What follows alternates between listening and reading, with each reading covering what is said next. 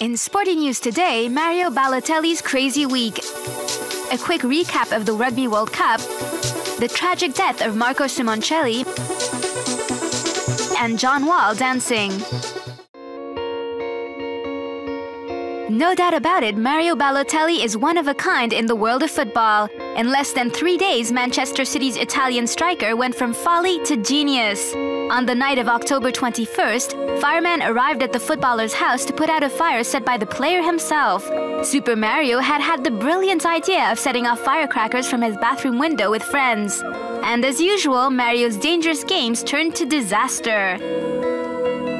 2 days later, Mario Balotelli was nonetheless picked to play the Manchester United-Manchester City match, which it dominated through and through. Man City beat Man U 6-1. Balotelli scored 2 goals, the first 2 for his team.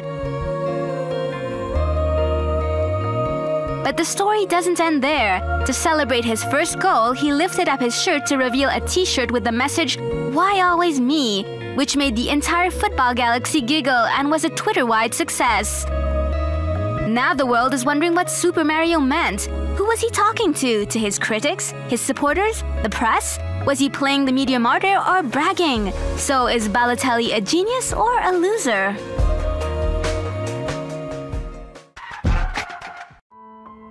The World Cup is over and it's time to draw the conclusions of this celebration of rugby, which ended with the victory of the All Blacks. The RRB awarded individual awards to the players, and one French player got the ultimate reward. Thierry Dusautoir was named Player of the Year 9 years after Fabien Galtier, the last Frenchman to have received the honor. A nice consolation prize to help accept the final loss against New Zealand. But yet and still, French supporters haven't got over it yet, and lashed out against the finals referee, South African Craig Joubert, by creating a Wikipedia page for him. Not very fair play. The Kiwi Daily, the New Zealand Herald, knows all about fair play since after having been horrible with the French team, the paper listed the 15 bad boys of the World Cup. In it features 6 English players as well as French player Nicolas Mas. But no New Zealander, of course. Fair play and patriotism don't mix.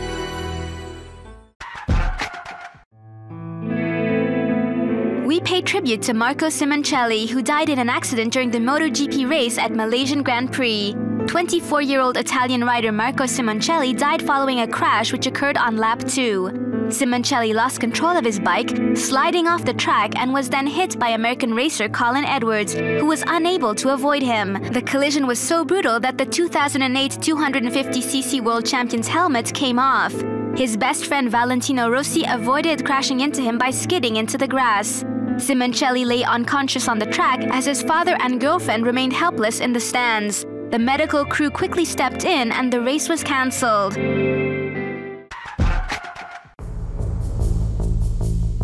We all know the movie The Wrestler starring Mickey Rourke on the complicated life of an old wrestler. Turns out the film is very true to life according to the documentary The Wrestler, the Scott Hall story, broadcast on American network ESPN. Scott Hall was an international wrestling star in the 90s known as Razor Ramon. Nowadays, he is but a shadow of his former self. Destroyed by drugs and alcohol, at 53 he struggles to stand on his own 2 feet. In this documentary, he talks about his mistakes, his overdose in April 2011, and even admits he committed the murder he was convicted for in 1983. It also features interviews with Hulk Hogan, Hall's ex-wife, as well as his son Cody, whom he is trying to train to become a professional wrestler. By casting a light on the struggles of top-level athletes, the documentary becomes even more poignant.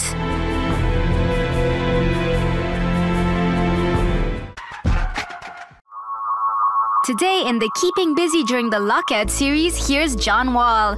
During the presentation of his equipment manufacturer Reebok's new sneakers, the Washington Wizards player proved that the shoes could also come in handy on the dance floor. By showing off a few dance moves with a fan, John Wall seemed really at ease on the track Teach Me How to Dougie.